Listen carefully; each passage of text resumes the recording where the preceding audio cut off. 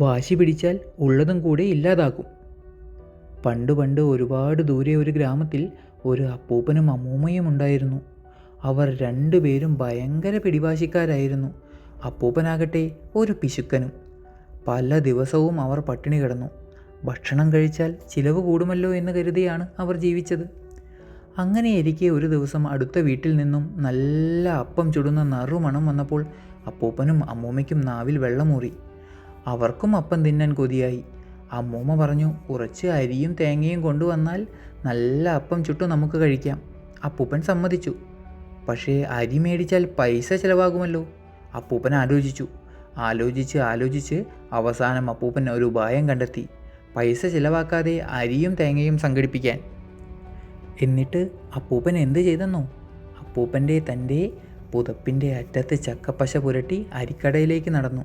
കടയിൽ അരി വച്ചിരിക്കുന്ന ചാക്കിന് മുകളിൽ പശയുള്ള പുതപ്പ് ഒന്നും അറിയാത്തതുപോലെ ഇട്ടതിന് ശേഷം തിരിച്ചെടുത്തു. അപ്പോൾ കുറച്ച് അരിമണികൾ പശയിൽ പറ്റിപ്പിടിച്ചു. ആരും കാണാതെ അപ്പൂപ്പൻ അവ പെറുക്കിയെടുത്തു.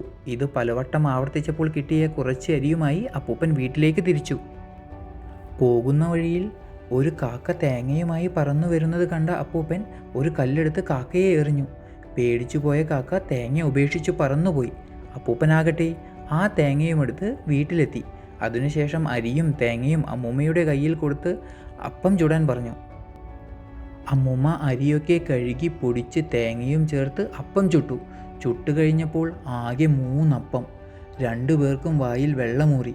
അവർ അപ്പം പങ്കിടാൻ തീരുമാനിച്ചു. അപ്പൂപ്പൻ പറഞ്ഞു, എനിക്ക് 2 അപ്പം വേണം. അമ്മൂമ്മ ഒരെണ്ണം എടുത്താൽ മതി. അമ്മൂമ്മ സമ്മതിക്കുമോ? അമ്മൂമ്മ പറഞ്ഞു, ഞാൻ കഷ്ടപ്പെട്ട് അപ്പം ഉണ്ടാക്കിയിട്ട് എനിക്ക് ഒരെണ്ണമോ? എനിക്ക് 2 എണ്ണം വേണം. അപ്പൂപ്പൻ ഒരെണ്ണം എടുത്താൽ മതി. അപ്പൂപ്പനും സമ്മതിച്ചില്ല. കഷ്ടപ്പെട്ട് അരിയും തേങ്ങയും സംഘടിപ്പിച്ച് തനിക്ക് 2 അപ്പം കിട്ടിയേ തീരൂ എന്നായി. 2 പേരും തർക്കിച്ചു മടുത്തു. അവസാനം 2 പേരും കൂടി ഒരു തീരുമാനമെടുത്തു. 2 പേരും മിണ്ടാതെയിരിക്കാം. ആര് ആദ്യം മിണ്ടുന്നോ അയാൾ തോൽക്കും. അയാൾക്ക് ഒരപ്പം, വിജയിക്കുന്ന ആൾക്ക് 2 അപ്പവും. അങ്ങനെ അവർ മത്സരം ആരംഭിച്ചു. 2 പേരും മിണ്ടാതെ ഇരിക്കാൻ തുടങ്ങി. ഇരുന്നിരുന്നും അടുത്ത അവർ കിടന്നു. കടുത്ത മത്സരമാണല്ലോ, ഇത്തിരി വൈകിയാലും 2 അപ്പം കിട്ടുമല്ലോ എന്ന് കരുതി അവർ ഇരുന്നു. അപ്പോഴാണ് ഒരു കാക്ക അതുവഴി പറന്നു വന്നത്.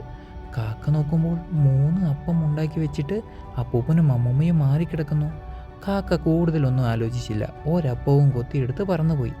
അപ്പൂപ്പനും അമ്മൂമ്മയും അതൊന്നും ശ്രദ്ധിക്കാതെ കിടന്നു. മിണ്ടിയാൽ ഒരപ്പമല്ലേ കിട്ടൂ.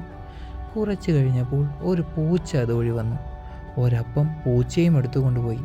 അപ്പൂപ്പനും അമ്മൂമ്മയും അതും ഒന്നും മിണ്ടാതെ കിടന്നു. മിണ്ടിയാൽ തോറ്റുപോവില്ലേ. കാക്കയും പൂച്ചയും അപ്പം കൊണ്ടുപോകുന്നത് കണ്ട് അടുത്ത വീട്ടിലെ ഒരു കുട്ടി അതിലേ വന്നു. അവന് വിശക്കുന്നുണ്ടായിരുന്നു. അവൻ അപ്പൂപ്പനെയും അമ്മൂമ്മയെയും മാറി മാറി വിളിച്ചു. 2 പേരും മിണ്ടുന്നില്ല. അവൻ മിച്ചമുണ്ടായിരുന്ന അപ്പവും എടുത്ത് തൻ്റെ വീട്ടിലേക്ക് പോയി. പോകുന്ന വഴി കണ്ട ഒരു മുതിർന്ന ആളോട് അവൻ പറഞ്ഞു, അപ്പൂപ്പനും അമ്മൂമ്മയും മരിച്ചു. അയാൾ വേഗം വീട്ടിലെത്തി. അപ്പൂപ്പനും അമ്മൂമ്മയെയും വിളിച്ചു നോക്കി. അനക്കമില്ല. അയാൾ ആദ്യം തന്നെ അപ്പൂപ്പൻ്റെ വായും മൂക്കും മൂടിക്കെട്ടി. ശ്വാസം മുട്ടി അപ്പാപ്പൻ ശബ്ദമുണ്ടാക്കാൻ തുടങ്ങി. അപ്പോൾ അമ്മാമ്മ ചാടി എഴുന്നേറ്റ് പറഞ്ഞു, ഞാൻ ജയിച്ചേ, എനിക്ക് 2 അപ്പം കിട്ടിയേ എന്ന്. അതും പറഞ്ഞ് അടുക്കളയിലേക്ക് ഓടി. കൊതിയോടെ നോക്കിയപ്പോൾ ഒരപ്പം പോലും മിച്ചമില്ല. 2 ആളും ഇളിഭ്യരായി. വിട്ടുവീഴ്ച ചെയ്തിരുന്നേൽ ഒരപ്പമെങ്കിലും കിട്ടിയേനെ എന്നവർ ചിന്തിച്ചു.